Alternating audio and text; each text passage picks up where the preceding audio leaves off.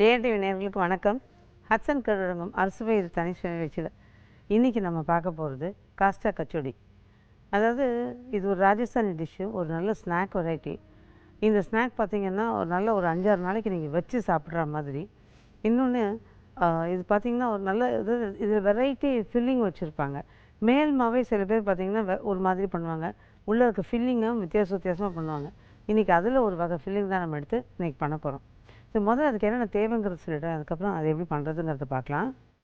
மைதா மாவு 1 கப், நெய் 2 table spoon, உப்பு ருசிக்கேற்ப, எண்ணெய் பொரிப்பதற்கு, உளுந்து 1/2 கப், சோம்பு பொடித்தது 1/2 டீஸ்பூன், தனியாத்தூள் 1 டீஸ்பூன், மிளகாய்த்தூள் 1 டீஸ்பூன், சீரகத்தூள் 1/2 டீஸ்பூன், ஆம்ச்சூர் தூள் எனப்படும் காய்ந்த மாங்காய் தூள் 1 டீஸ்பூன், சர்க்கரை 1 டீஸ்பூன். இப்போ இந்த காஸ்டா கச்சோரிக்கு தேவையான பொருள்லாம் பார்த்தோம் இல்லையா. இப்போ இந்த உளுந்தை நல்லா ஒரு 1 மணி நேரம் 1.5 மணி நேரம் ஊற விட்டுருக்கோம். இதை கொஞ்சம் கரகரப்பாக, அதாவது நைஸ் பதத்துக்கு முந்தின பதம், கொஞ்சம் ரவை பதத்துக்கு இதை அரைச்சிக்கணும். இதை அரைச்சதுக்கப்புறமா அந்த பூர்ணத்துக்கு ரெடி பண்ணலாம். ஆனால் அதுக்கு முன்னாடி மாவு முதல்ல பிசைஞ்சு வச்சிடலாம். இப்போ பார்த்திங்கன்னா ஒரு பெரிய பாத்திரம் எடுத்துகிட்டு மைதா, கொஞ்சம் உப்பு, இதோட கூட நெய், அந்த 2 டேபிள் ஸ்பூன் நெய் சொன்னோம் இல்லையா, அந்த 2 டேபிள் ஸ்பூன் நெய் இதில்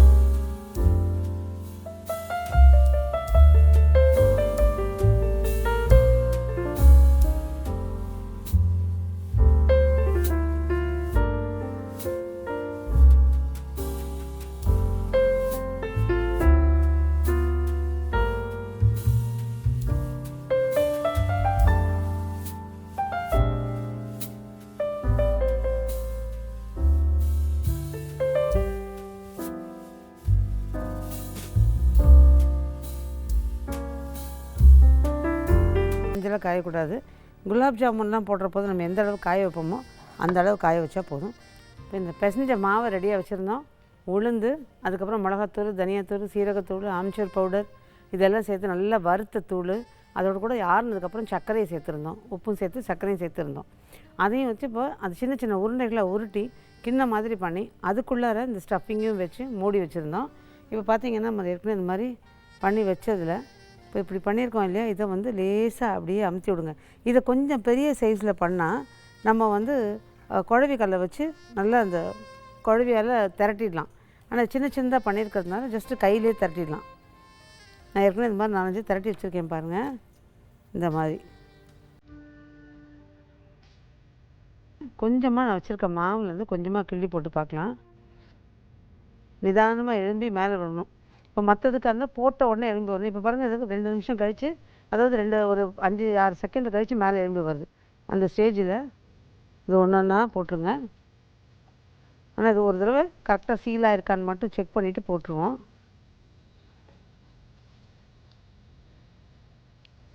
இது ஆக்சுவலாக கொஞ்சம் கடாய் கொள்கிற மட்டும் நம்ம போடலாம்.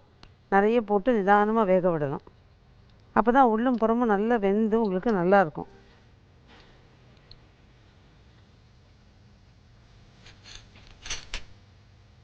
இப்போ வருது பாருங்கள், ஒன்றா தன்னாலும் எழும்பி வருது. இந்த மாதிரி நிதானமாக வந்து 2 பக்கமும் திருப்பி திருப்பி திருப்பி விட்டு நம்ம வேக விடணும்.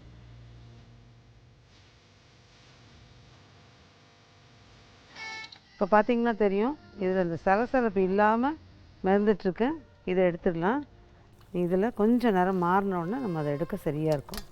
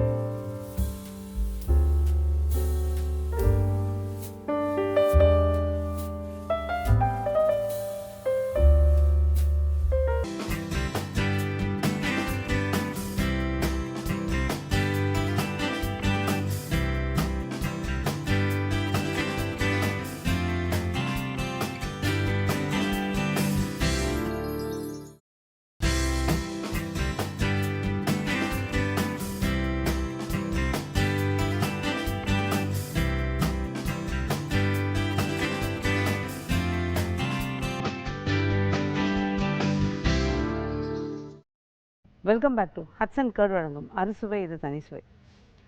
நம்ம காஸ்தா கச்சோரி எப்படி பண்ணுறதுங்கிறத பார்த்தோம். செஞ்சு எடுத்தும் ரெடியாக வச்சுட்டோம். சரி, நான் ஏற்கனவே சொன்ன மாதிரி இதுக்கு ஒரு நல்ல சட்னி இருந்தால் எவ்வளோ நல்லாயிருக்கும். இப்போ பார்க்க போகிற இந்த சட்னி, அதாவது இந்த பச்சை சட்னி பார்த்திங்கன்னா, இந்த கச்சோரிக்கு மட்டும் இல்லாமல் நீங்கள் செஞ்சு ஸ்டோர் பண்ணி வச்சுக்கிட்டிங்கன்னா பேல்பூரி, பானிபூரி, இந்த மாதிரி இந்த சாட் ஐட்டத்துக்கு எல்லாத்துக்குமே உபயோகமாகும். இது ஒரு மாதம் வரைக்கும் நல்ல கண்டிஷனில் எடுத்து வெளியில் வச்சு திருப்பி உள்ளே ஊற்றிக்கி வைக்காமல், அந்த மாதிரி பண்ணாமல் வேணுங்கிற போது 2 ஸ்கூப் எடுத்துக்கிட்டு எந்த நேரமும் ஃப்ரிட்ஜில் இருக்க மாதிரி இருந்ததுன்னா இது குறைஞ்சது ஒரு மாதம் வரைக்கும் உங்களுக்கு ஒன்றுமே ஆகாது. இதோட கூட ஒரு ஸ்வீட் சட்னியும் பண்ணி வச்சுக்கலாம். பட் ஆனால் நம்ம இன்றைக்கி பார்க்க போகிறது இந்த பச்சை சட்னி. இதுக்கு என்னென்ன தேவைங்கிறத பார்த்துக்கலாம். அதுக்கப்புறம் இது எப்படி பண்ணுறதுங்கிறத பார்க்கலாம். புதினா 1 கட்டு, கொத்தமல்லி தழை 1/2 கட்டு, பச்சை மிளகாய் 3, ஒரு எலுமிச்சம்பழத்திலிருந்து எடுத்த சாறு, உப்பு ருசிக்கேற்ப, சர்க்கரை 1 டீஸ்பூன். இந்த பச்சை சட்னிக்கு தேவையான பொருள்லாம் பார்த்துருக்கோம். இந்த சட்னியில் பார்த்திங்கன்னா நான் புதினா 1 கட்டும் கொத்தமல்லி 1/2 கட்டும் கொடுத்துருக்கோம். இதே வயசு கொத்தமல்லி 1 கட்டு, புதினா 1/2 கட்டு. ஏன்னா புதினா வாசனை டாமினேட்டிங்காக இருக்குது, எனக்கு அது பிடிக்காது அப்படின்னு நினைக்கிறவங்க புதினாவை குறைச்சி பாதியாக்கிட்டு கொத்தமல்லி அதிகமாக பண்ணியிருக்கலாம். அது கொஞ்சம் டிஃப்ரெண்ட் ஃப்ளேவர் கொடுக்கும். ஆனால் எல்லாமே ஒரே மாதிரி வாசனை தான். வாசனையில் வந்து புதினா கொஞ்சம் தூக்கலாகவும் இல்லைன்னா இப்போ மல்லி தூக்கலாகவும் இருக்கும். இது பார்த்திங்கன்னா ஒரு மிக்சியில் எல்லாத்தையும் ஒன்றா நம்ம போட்டுக்கலாம். இதில் சர்க்கரை சேர்க்கறதுக்கு காரணம் அதனோட ருசி, மேலும் கலர். இந்த கலருக்காக இதில் நம்ம அந்த சர்க்கரையும் சேர்க்குறோம். சில பேர் பார்த்திங்கன்னா பொட்டுக்கடலைன்னு சொல்கிற உடச்ச கடலையும் சேர்ப்பாங்க. பட் உடச்ச கடலை சேர்த்த போது பார்த்திங்கன்னா இந்த டேஸ்ட்டு வந்து அந்த முழுமையான டேஸ்ட்டுன்னு சொல்லுவாங்களே அது இல்லாமல் எக்ஸ்ட்ராவாக அது சேர்த்தா எப்படி இருக்கும் அப்படிங்கிற மாதிரி தான் இருந்தது. அதனால் நான் இதில் வந்து பொட்டுக்கடலை சேர்க்கலை. இந்த இன்க்ரீடியன்ஸை போட்டு பண்ணிங்கனாலே உங்களுக்கு தாராளமாக நல்லாயிருக்கும். பச்சை மிளகாய், சர்க்கரை அரைக்கிற போது எல்லாத்தையும் ஒன்றா சேர்த்து அரைச்சிங்கன்னா தான் அந்த கலர் உங்களுக்கு நல்லா கிடைக்கும். இல்லைன்னா அப்புறமா சேர்க்கும்போது அந்த புதினா கொத்தமல்லியோட கலர் பார்த்திங்கன்னா ஒரு